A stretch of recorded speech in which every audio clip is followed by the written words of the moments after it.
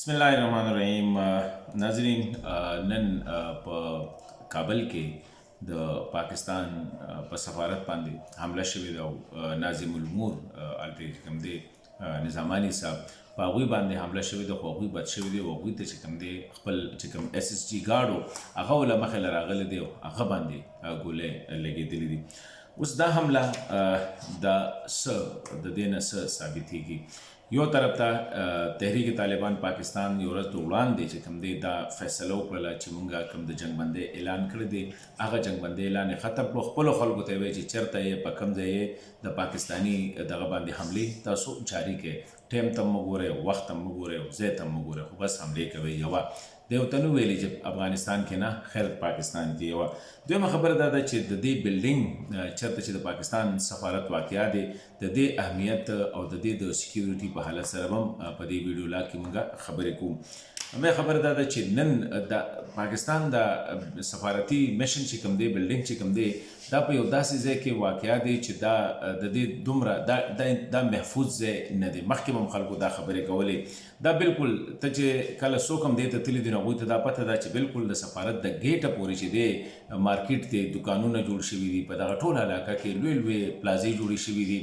لږ ورته مخې ته به چې کوم دی یو 100 میټره ځای به ورته خالي نو ټول دغه دی. دلته زیاتره نږدې بلډینګز چې کوم دی هغه د احمد شاه مسعود صاحب ورور ضیا محسود صاحب د هغوی ملکیت. اوس خو پته نه لګي کېدای شي مخکې دغه کله چې طالبان راغلي نو دې علاقه کې زیاتره خلک چې وو نو هغه نان پښتون او د طالبانو نه ډېره زیاته یره او وم پاکستان خلاف هم د هغوی دا خیال و، ځکه چې د هغوی دا خیال و چې پاکستان طالبان یو وارې بیا په افغانستان مسلط کړي دي.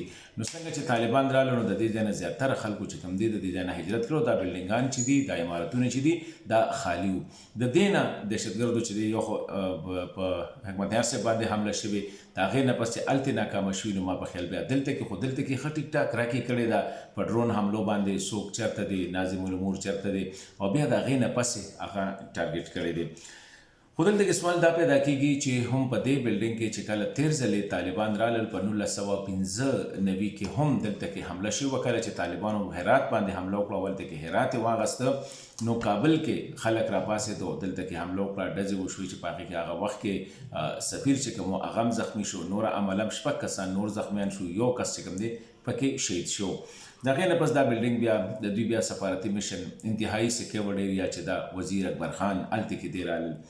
بیا د څو کاله وړاندې چې کله د پاکستان صادق خان صاحب هلته کې سفیر و په وزیر اکبر خان کې په افغانستان کې او دوی په وزیر اکبر خان کې نو هغه دا کوشش وکړو چې دا بلډینګ یې دوباره واغسته، دا ځای دوباره رینوویټ کړو. دلته کې دا میشن چې شفټ کړو نو هغه ټایم کې تنقید هم کېده چې دا سیکیورډ ایریا هم نه ده او دا دغه ځای کې نور میشنز هم نشته دی، دا واحد پاکستاني میشن وي.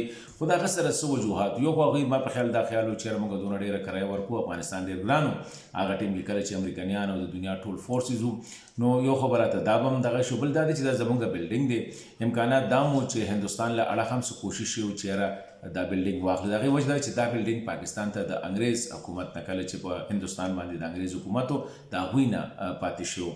نو دا علاقه هغوی حالانکه هغه ټایم کې دا تنقید روان و چې یاره دا علاقه دونه سیکیور نه ده. خو د صادق خان صاحب ډېر ښه تعلقات و د ټولو افغانان مختلف ایتنیک ګروپ سره. هغه واحد سفیر و چې هغه د احمد شاه مسعود صاحب قبر له په لومړي ځل باندې تللی و پنجشیر ته. نو د ټولو سره ډېر ښه الیکس سلام کلام دعا سلام به و او ښه یو ریپ یې ښه ساتلې وه. نو هغوی دا ریسک واخیستو، دا بلډینګ یې دا میشن یې چې کوم دی دلته کې شفټ کړو. دا ډېر یو کلاو میدان هم ورسره دی، کرکټ ګراونډ هم ورسره دی، ټول سفارتي میشن دلته کې د هغوی ناسته ولاړه استوګنه هغه ټوله دلته کېده. اوس سوال دا پیدا کېږي چې او بیا تقریبا ناوخته پورې دلته کې خطره هم وه. لیټ چې کله ما سفارت میشن کې کسانو سره خبرې وکړې نو هغوی وایي چې ټول لایټونه مونږ آف کړي دي، اوس هم داسې ښکاري چې د ډرون کیمرې چې کوم دي د هغې سرویلنس کېږي. سوال دا دی چې څنګه چې ما وویل د ټي ټي پي له اړخه د جنګ بندۍ اعلان، د جنګ بندۍ ختمولو اعلان، د هغې نه پس د هنا رباني کار هلته کې تلل او د پاکستان دا غوښتنه چې د ټي ټي پي خلاف څنګه چې افغان طالبانو د نورو ګروپونو خلاف، عسکریت پسند میلیټنټ ګروپونو خلاف، ای ټي آی ایم، آی ایم یو، القاعده وغیره خلاف کار کړی نو د ټي ټي پي خلاف د کاروایي وشي. په دې حوالې سره هم خبرې شوي. نو آیا دا تحریک طالبان پاکستان کړې ده؟ لا پته یې نه لګي. یا بل چا کړې ده. بله خبره دا ده چې د ټي ټي پي چې کومه بیانیه ده نو هغه اوس نه صرف چې مذهبي بیانیه ایډیالوژیکل بلکې د هغوی پولیټیکل بیانیه هم د افغان ډایسپورا چې کومه ده پولیټیکل بیانیه د طالبانو د بیانیې سره سمه ده او سیاسي بیانیه د پاکستان خلاف هغه د نور افغان چې کوم پولیټیکل یا نور ګروپونه دي د هغوی سره سمه ده. پاکستان خلاف د دوی دا وایي چې دلته کې به جهاد کوو، دلته کې جهاد روا دی. طالبان هم دا خبره مني، هغوی وایي چې دلته کې اسلامي نظام پکار دی، دې نه انکار نشي کوي. بل خوا د پاکستان چېرې پاکستان په افغانستان کې امریکې ته سپورټ ورکړی دی نو افغان ډایسپورا یا دلته کې چې کوم دی پنجاب په نورو ایتنیک ګروپس انکلوډینګ پښتون د هغوی خلاف چې کوم دی یو غاصبانه رویه ده، دا ټول څیزونه هغوی نو هغه هم الاین کړه. نو اوس دا کتل پکار چې آیا دا کار ټي ټي پي کړی دی یا نورو افغان ګروپس کړی دی، دا به یو سوال وي. خو خبره سوالونه دې وخت چې کوم دی ډېر مخې ته راځي. د چمن واقعه، د چمن نه پس چې کوم دی کوم چې هلته کې حمله وشوله، د هغې نه پس د خرلاچي واقعه، د هغې نه پس دا واقعات ډېر داسې واقعات دي چې پاکستان او د افغان طالبانو ترمنځ تعلقات د خراب اشارې ورکوي چې لکه ډېر زیات خراب دي.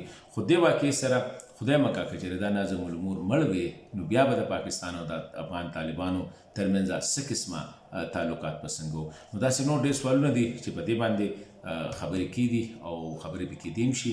خو پاکستان کې دا خو بله خبره ده چې نن د دې حملې نه څو ګنټې وړاندې د کندهار کې د پاکستان کانسلیټ چې کوم دی د هغې ټویټر اکاونټ چې کوم دی بالکل ویریفاید ټویټر اکاونټ هغه وی هیک شو او په هغې باندې دا خبر راغله چې پاکستان کونسلیټ موږ بندو ځکه چې افغان طالبان د ټي ټي پي خلاف چې کوم دی کاروایانې نه کوي.